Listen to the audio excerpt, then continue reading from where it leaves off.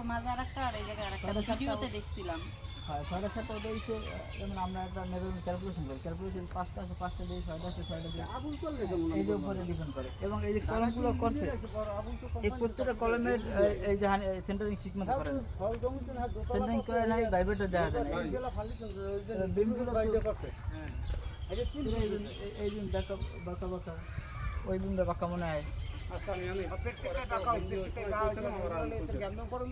না যেগুলো সমস্যা তো সমস্যাই না। হ্যাঁ রে, আমি বারবার কইছি আপনি এই দেখেন এই যে এই হ্যাঁ তিনতলা ফাউন্ডেশনের এগুলো মেশিন দিয়ে করে না, মেশিন দিয়ে এগুলো বসানো না। হ্যাঁ বাস দিয়ে করছে, তখন আমি ঢাকা কোনো ফোন দিয়ে করছি এগুলো আমার বন্ধ রাখেন। এগুলোর যদি কোনো ক্ষয়ক্ষতি হয় আমি আইনা চেক করাম, ইঞ্জিনিয়ার, এটার জিম্মাদারি আপনার সম্পূর্ণ। আমি কইছি পক্ষগুলো ওই ভাইব্রেটর দেন না প্রাইভেটর দানে হ্যাঁ বাস দিয়া মানে ই করে প্রেসার এখন কি আর ওই বাঁশেরই আছে?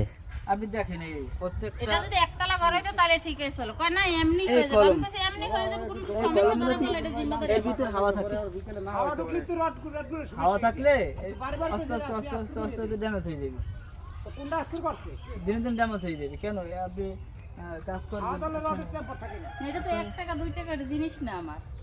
আর আমি যে কই অলরেডি 6 লাখ 7 লাখ টাকা কোম্পানির নিচে গেছে গা। তাহলে অবশ্যই যাবে। তাইলে আবার আমার এটা একটা আমি কইছি হ্যাঁ কইছে আমি দোতলা তিনতলা ঘরের ই করছি। হ্যাঁ এখন আমার তো মনে হয় দোতলার উপরেই ছাদ হয় পুরো অসম্ভব যেভাবে ঘর। না দোতলা দোতলা শুধু কলম ছাড়াই দোতলা করে। ওই যে ডুপ্লিকেট বাড়ি করছে ওখানে একটা রং টং করছে ওই আবুল, এটা কোম্পানিতে বড় কোম্পানিতে ইঞ্জিনিয়ার আছে, হারা 3 ফুট নিচে 3 ফুটের নিচে আপনাকে মাটি শক্ত হাট